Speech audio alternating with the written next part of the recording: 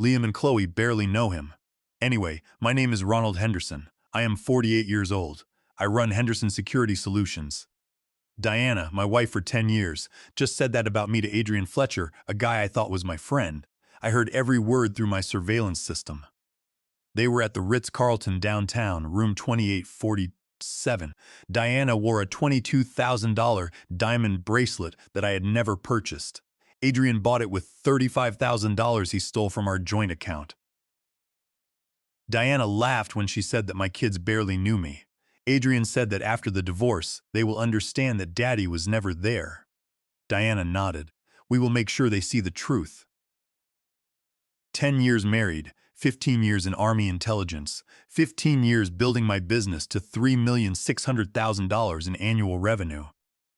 These idiots thought they could take it all.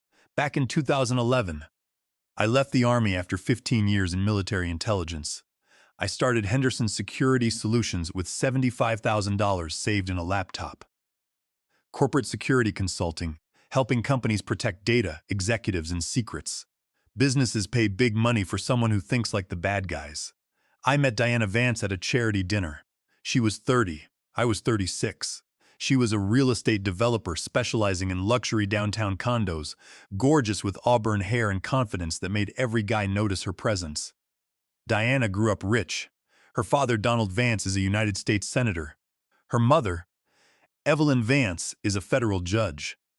They lived in a $4,500,000 Lincoln Park house. They sent Diana to private schools her whole life, and she expected the best of everything. Our first date cost me $450. We had dinner at a premium restaurant. Diana ordered the most expensive wine without looking at prices. It was a warning sign. We moved fast. Within 6 months, she was staying at my apartment. After 1 year, I proposed with a 3-carat ring that cost $26,000. Our wedding was everything Diana wanted. There were 280 guests at the Palmer House, with an open bar and 7 courses. The total cost was $125,000, and I paid it all myself. The first few years felt like winning the lottery. The business was growing fast, and Diana sold high-end condos.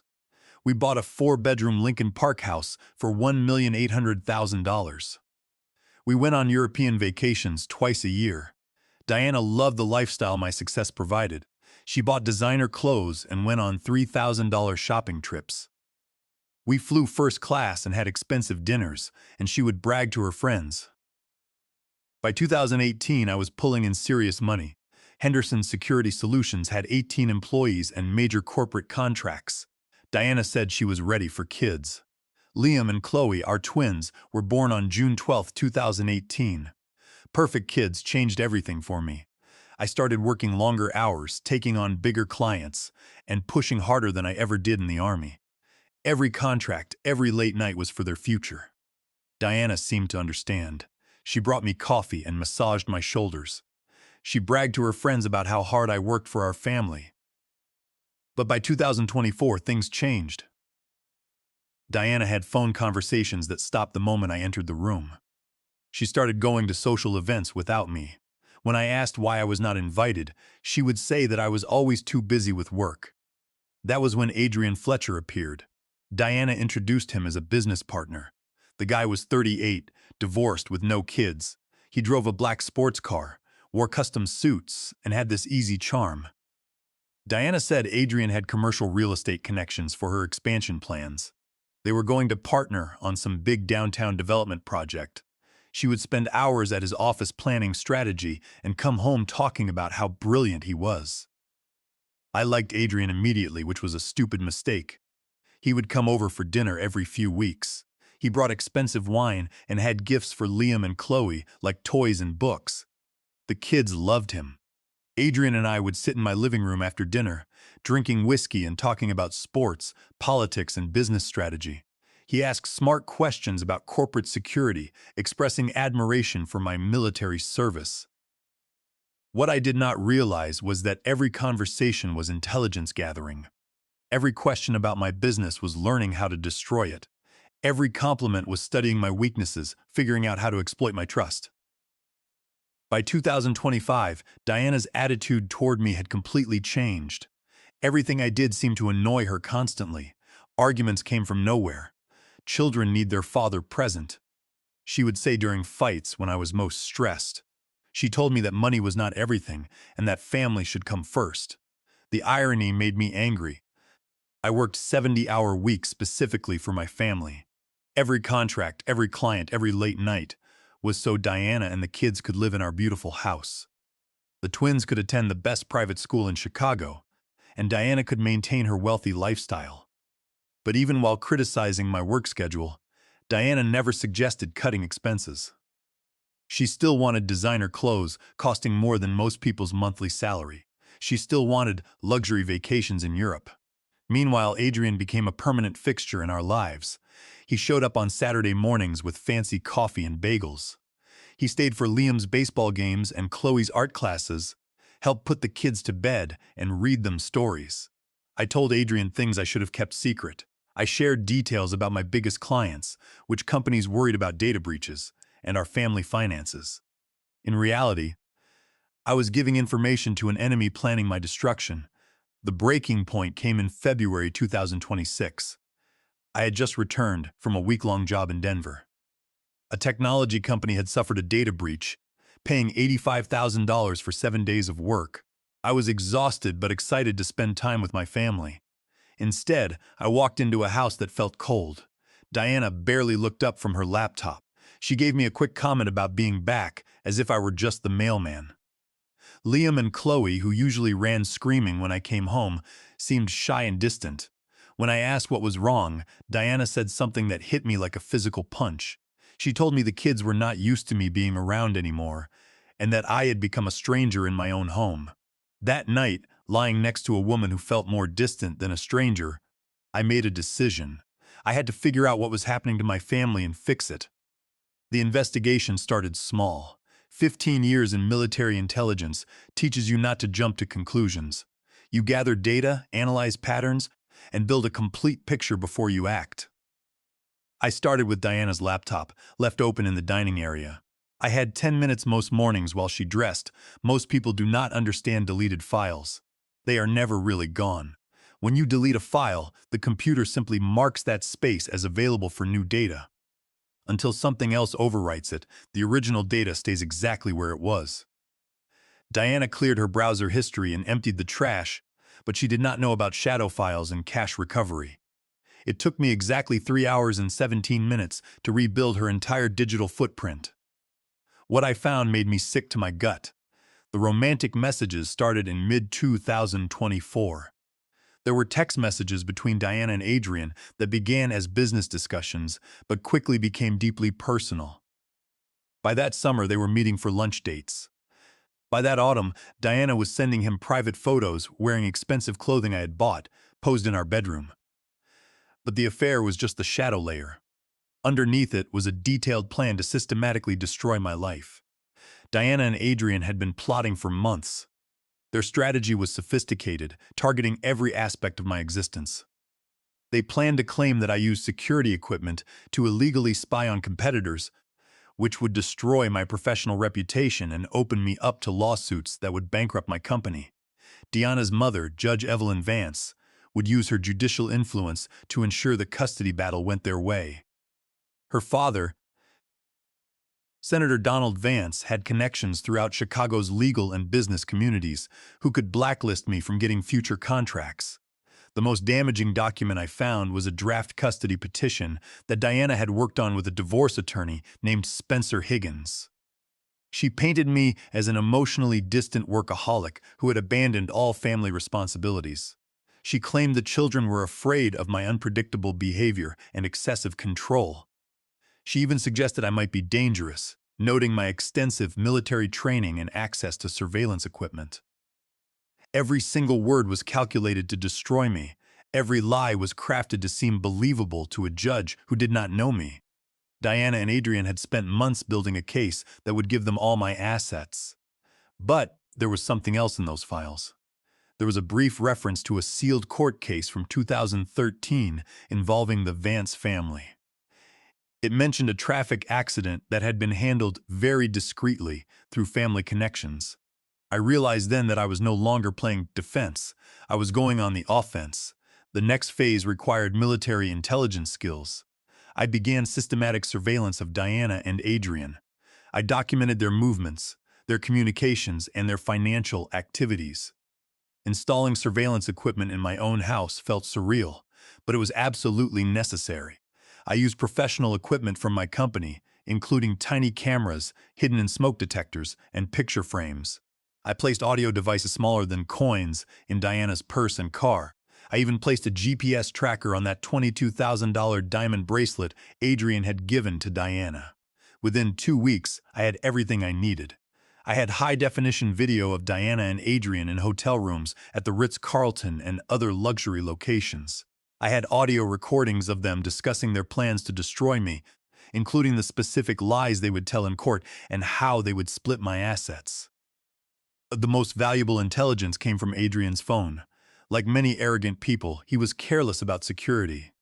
His password was simply his birthday. Once I accessed his device, I discovered the true scope of their financial planning. Adrian had opened 3 offshore accounts, 2 in the Bahamas and 1 in Switzerland. He had been systematically transferring money from the investment account he shared with Diana, planning to disappear once the divorce was finalized. Over the past 6 months, Adrian had moved $480,000 offshore. This was money from their joint investments, Diana's business profits, and even a loan he had taken out using our house as collateral. He had forged my signature on the loan documents to secure the funds. He had also booked a one-way first-class ticket to Panama for March 15th, which was exactly 2 weeks after Diana planned to file the divorce papers. The plan was obvious. Adrian was going to let Diana destroy me in court, take half of my money, and then disappear with the stolen nest egg while she stayed behind, playing the role of the wounded ex-wife. This was not just a personal betrayal. It was organized theft on a massive scale. I knew I needed to look into the Vance family's buried secrets next. That investigation took 3 weeks, but it proved to be the most valuable intelligence I had ever gathered. The sealed court case from 2013 involved Diana's younger brother, Julian Vance, who caused a fatal accident while driving drunk. The victims were the Ramirez family. Mateo Ramirez was 36, and his wife Elena was 34. Their daughters were Lucia, who was 8, and Camila, who was 5. They were driving home from a party when Julian Vance, driving his father's luxury car at 80 miles per hour in a 40-mile-per-hour zone, ran a red light and slammed into their car. All 4 members died instantly. Julian walked away with a bruised rib.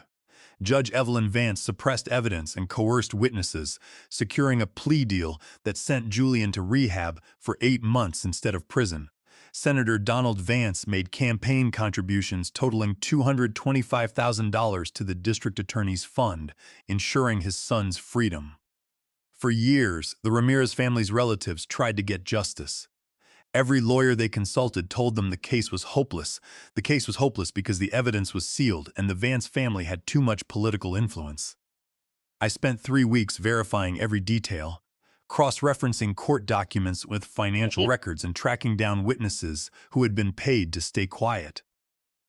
I assembled ironclad proof that the Vance family had corrupted the justice system to protect a killer. I now had the leverage to destroy them all. I decided to let Diana and Adrian make their move first. The call came on a Tuesday morning in early March. Spencer Higgins, Diana's attorney, spoke with dripping arrogance. He suggested it was in everyone's best interest to meet and discuss my wife's petition. We met in his office on the 47th floor of the Willis Tower. Higgins slid a folder across his desk, telling me to sign to avoid a losing court battle. Diana wanted sole custody, our house, both cars, and 60% of my business, amounting to $2,160,000, plus $12,000 monthly alimony. Higgins leaned back in his chair, enjoying what he assumed was my shock. He told me Mrs. Henderson had substantial evidence of my inappropriate behavior, including my obsession with surveillance equipment and my emotional absence from the children's lives. He claimed my military background suggested psychological instability. Higgins added that Judge Evelyn Vance had already reviewed the preliminary evidence. He indicated that she would look very favorably on Mrs. Henderson's petition. He noted that while Judge Vance would recuse herself from official proceedings, Her preliminary assessment carried significant weight with her colleagues throughout the circuit. I closed the folder and stared at Higgins for a long moment. I reached into my briefcase, pulled out a sealed manila envelope, and placed it carefully on his desk. I told him to give it to his client and tell her to read it very carefully before deciding how aggressive she wanted to be. Higgins frowned, not accustomed to being dismissed so easily. He asked what it was. I told him to just deliver it and suggested he might want to start looking for a new client because this one was about to ruin him. The envelope held photos of their affair, texts planning my ruin, bank statements of Adrian's theft, and the complete investigative file on the Ramirez cover-up, containing evidence to bring Julian to justice and destroy the family's public image. The first phone call came 6 hours later. It was Diana, her voice shaking with rage and terror. She told me we needed to talk right away.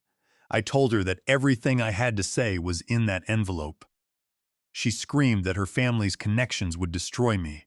I replied that I now possessed all the secrets they had spent years hiding. She claimed I was bluffing. I asked her to check with her mother about Mateo Ramirez, Elena, 8-year-old Lucia, and 5-year-old Camila. I told her to ask how much it cost her father to keep Julian out of prison for killing an entire family. The line went quiet. "What do you want?" she whispered. I told her I wanted justice. She had to withdraw the divorce petition immediately, sign an agreement giving me custody of Liam and Chloe, and ensure Adrian returned every stolen penny and disappeared. Her mother also had to resign from the federal bench immediately. She cried that I was asking them to ruin their lives. I reminded her that she had tried to ruin mine first, but my evidence was true. The second call came from Adrian. Where Diana was scared, Adrian was furious. He called me a sick bastard and claimed I had been spying on them. He threatened to expose me. I told him to go ahead, but to make sure he told everyone about the $480,000 he had stolen. I mentioned his Bahamas accounts and his one-way ticket to Panama, noting Diana would want to hear about his exit strategy. The line went quiet. He was planning to betray her just like he betrayed me. When he claimed I had no proof, I listed the bank records and flight confirmations. I told him he could face charges or run forever. The third call was the one I had been waiting to receive. It was Judge Evelyn Vance. Her usually commanding voice was reduced to something small. She asked what I wanted. I told her I wanted justice for the Ramirez family, consequences for her son and her family out of my life. She said I was asking her to destroy her career. I told her she had destroyed those things herself years ago when she helped her son get away with murder. I was simply asking her to finally face the consequences. I told Judge Vance that if they did not agree to my terms, then the Ramirez family would finally get the justice they deserved, and her entire family would pay the price. I hung up without waiting for her response. What I had not anticipated was how desperate Adrian would become once he realized he was trapped. The next morning, I discovered he had made a move I did not expect. Diana called me at 6:47, sobbing uncontrollably. She told me Adrian was gone and that he had cleaned out every single shared account and disappeared. He had taken all the money for their new business, leaving her with absolutely nothing. I checked my surveillance data and saw that Adrian's car was gone from his apartment parking garage. His phone was turned off. A quick call to a contact at the airline confirmed my suspicion. Adrian Fletcher had booked an emergency flight to Paris, departing at 11:30 the previous night. The coward had panicked and run, leaving Diana to take the blame for everything they had planned together. Diana begged me through her tears, saying she had made terrible mistakes but asking if we could fix things and go back to the way they were before. I told her that she had made her choice when she decided to destroy our family, and now she had to live with the consequences. I immediately called an FBI contact. Agent Brian Kelly worked in the Financial Crimes Division of the Chicago field office. I provided him with details about Adrian's offshore accounts, the theft from Diana's business, the forged loan documents, and his flight. Within 6 hours, Adrian's assets were frozen. Within 12 hours, his name was added to the watch list. Within 18 hours, he was arrested at Charles de Gaulle Airport in Paris, trying to board a flight to Switzerland, escaping extradition. 2 weeks later, we had our final meeting in Spencer Higgins's office. Diana sat across from me, looking completely defeated. Her designer clothes were wrinkled, and her makeup was smeared. Her hands shook as she stared at the custody agreement and the asset division papers. Higgins told her to just sign them. Diana looked at the documents like a death sentence. She begged me to think about Liam and Chloe. I told her I was thinking about them, teaching them that actions have consequences. Deanna signed every single document. She signed the custody agreement giving me sole custody. She signed the asset division papers that left her with only $50,000 in personal belongings and no claim to my business. The aftermath was swift. Judge Evelyn Vance announced her resignation from the federal bench, 3 days later citing health issues.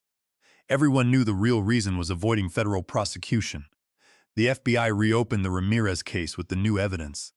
Julian Vance was arrested at his father's house and charged with vehicular manslaughter and obstruction of justice. After 13 years of freedom, he finally faced the consequences. Senator Donald Vance's political career ended when the cover-up became public. His 30 years of influence were destroyed. He announced that he would not seek re-election and quietly retired to avoid further investigation. Adrian Fletcher was extradited from France 2 months later and charged with embezzlement, wire fraud, money laundering, and conspiracy. Federal prosecutors offered him a plea deal. He received a sentence of 9 years in prison in exchange for returning the stolen money and testifying against others involved in the financial crimes. He took the deal. Diana lost everything that mattered to her life. Her reputation in Chicago's soul circles was completely destroyed. Her real estate business collapsed when clients learned about the scandal, and her wealthy friends stopped returning her calls. She was forced to sell her remaining jewelry and designer clothes just to pay her legal expenses, which exceeded $290,000. She eventually found work as a receptionist at a small real estate office in the suburbs, earning $45,000 a year. That was about what she used to spend on designer handbags in a single month. The luxury lifestyle she had expected since childhood was gone forever. On my end, I got my children back. Liam and Chloe live with me full-time now. For the first time in years, our house feels like a real home instead of a quiet battlefield. The twins are 8 years old now, which is old enough to understand that families have to change. My business has never been stronger. Clients started seeking me out specifically because they knew I could protect them from any threat, whether they were external or internal threats. The surveillance equipment has been removed from our house. The late-night work sessions have been replaced with bedtime stories and Saturday morning pancakes. I coach Liam's baseball team, the Lincoln Park Lions, and help Chloe with her art projects. I am present in their lives in a way I never was before. 6 months after the divorce was finalized, I was sitting in the backyard on a warm summer evening, watching Liam and Chloe run through the sprinklers. They were laughing so hard they could barely breathe. Their joy was pure, innocent, and completely unaware of the war I had fought to preserve their childhood. I realized then that Diana had been right about one thing. I had chosen work over family for too many years, but I will not do that anymore. Every decision I make now starts with a simple question. I ask myself what is best for Liam and Chloe. People sometimes ask me if I regret how everything ended. They ask if I wish I could have saved my marriage instead of destroying it. My answer is always very simple. You cannot save something that was built on lies from the very beginning. Diana and Adrian thought they could manipulate me because they only saw what they wanted to see. They saw a workaholic husband who was too focused on his business to notice their betrayal. They were wrong about that. And they were wrong about everything else. Their mistake cost them everything they thought they wanted. My patience and preparation gave me back everything that actually mattered. I did not win this battle through revenge or anger. I won through careful investigation, strategic thinking, and understanding that the truth is always more powerful than lies. Diana and Adrian destroyed themselves with their own greed and stupidity. I just made sure they could not take my children down with them. That is the real difference between justice and revenge. Revenge is about making someone pay for hurting you. Justice is about protecting what matters most and ensuring that people face the appropriate consequences for their actions. My kids are playing safely in the backyard, My business protects good people from bad ones. Diana answers phones at a desk in the suburbs, finally learning what real consequences look like. Adrian counts the days in a federal prison cell. Sometimes the good guys win. Sometimes patience and preparation beat arrogance and greed. Sometimes the truth really is enough. As I look back on the journey, I realize that the military taught me skills that saved my life, but my children taught me how to live it. The transition from a military intelligence officer to a business owner was difficult, but the transition to a fully present father was the most challenging and rewarding path of all. The days of chasing revenue and worrying about corporate security contracts no longer consume my thoughts. While Henderson Security Solutions continues to thrive, my focus has shifted entirely. I make sure to be home by 5 o'clock every evening. I have not missed a single baseball game or parent-teacher conference since the day Diana signed those papers. The community has embraced us, and the support we received helped us heal from the trauma of the betrayal. Liam has developed a passion for sports, showing a natural talent on the field, while Chloe spends hours painting. They are thriving, and their school grades have improved significantly. The stability of a peaceful home has allowed them to grow without the constant tension that used to fill our household. Deanna has tried to contact the children on a few occasions, but the court agreement is clear. Her visitation is strictly supervised, and she must coordinate through Spencer Higgins' replacement. She rarely calls now, perhaps overwhelmed by the reality of her new life. The social circle she once prized has completely vanished. The friends who used to join her on shopping trips and expensive lunches have moved on, eager to distance themselves from the scandal of the Vance family cover-up. Her father's retirement was a massive blow to her social standing.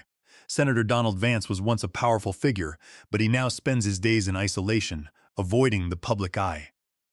The Vance family name, which once opened doors throughout the state, has become a liability. Julian's trial was swift, and the evidence of the cover-up was too strong to ignore. The public outrage over the suppressed evidence in the Ramirez case ensured that the judge could not show him any leniency. He is currently serving a significant sentence, and the Ramirez family's relatives finally have the closure they sought for over a decade. It is a reminder that even the most powerful people cannot escape the truth forever. Adrian's prison life is a stark contrast to the luxury he once enjoyed. His offshore accounts were seized, and the money was returned to the business and our personal accounts. The sports car he loved was sold to pay off his debts. He spends his days in a medium security facility, reflecting on the greed that led to his downfall. His attempt to flee to France was a desperate act that only worsened his legal standing. The federal prosecutors made sure he understood that his cooperation was his only hope for a reduced sentence. His testimony was crucial in securing the convictions of several associates. The entire network of corruption they built has been dismantled. I feel a sense of relief knowing that the system worked, even if it took years and required my own intervention. The experience has made me a better investigator and a wiser man. I no longer take trust for granted. I have found a balance that allows me to protect my family. The summer evening is cooling down, and the fireflies are beginning to appear in the grass. Liam and Chloe run toward me, wet and laughing, asking if we can get ice cream. I smile and tell them to grab their shoes. As we walk toward the car, I look back at the house. It is no longer just a building, it is a sanctuary. The lessons of the past few years will stay with me forever. I know that challenges will come, but I also know that we are strong enough to face them. The truth has set us free, and the future is ours to build. We drive down the quiet street, the children singing along to the radio in the back seat. I feel a deep sense of peace, knowing that I did what was necessary to protect them. The road ahead is clear, and we are moving forward together. The shadows of the past have faded, replaced by the bright light of a new beginning. We are finally home, and that is all that matters.